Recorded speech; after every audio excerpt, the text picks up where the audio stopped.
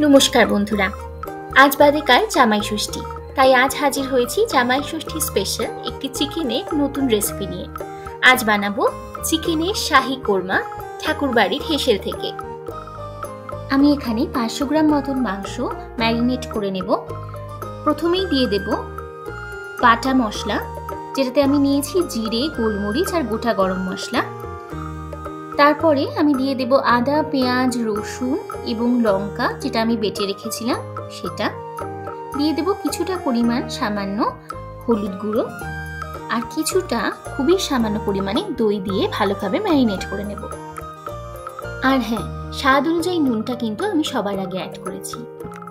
Chicken marinate করার পর 8 ঘন্টা থেকে 1 ঘন্টা মতন সময় রেস্টে রাখতে হবে। এবার কড়াইয়ে বেশ কিছুটা পরিমাণে তেল নিয়ে নেব। এই রান্নায় একটু বেশি পরিমাণে তেল লাগবে।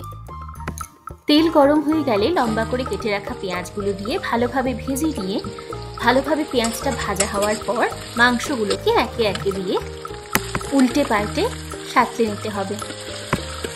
এবার বেশ কয়েকটা কাঁচা লঙ্কা মাঝখান থেকে ফেলে মাংসের মধ্যে দিয়ে একটু ভালো করে নাড়িয়ে ঢাকা চাপা দিয়ে বেশ কিছুক্ষণ সময় ধরে মাংসটাকে সেদ্ধ হতে দিতে হবে। এবার একে একে দিয়ে দিতে হবে সামান্য পরিমাণে দুধ, কিছুটা পরিমাণ গোলমরিচ গুঁড়ো, কিছুটা কাশ্মীরি লঙ্কার গুঁড়ো। এবার এগুলোকে ভালোভাবে মিশিয়ে নিয়ে কিছুটা পরিমাণে গরম মশলা গুঁড়ো আমরা উপর দিয়ে ছড়িয়ে দেব। সবকিছু ভালোভাবে মিশিয়ে নাড়াচাড়া করে তেল কষা করে নামাতে হবে। খুব কম সময়ে মুরগির এই শাহী কোরমা একদম রেডি হয়ে গেছে।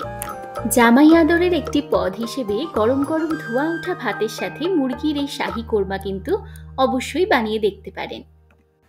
ভিডিওটি ভালো লাগলে অবশ্যই চ্যানেলটিকে সাবস্ক্রাইব করবার অনুরোধ রাখলাম।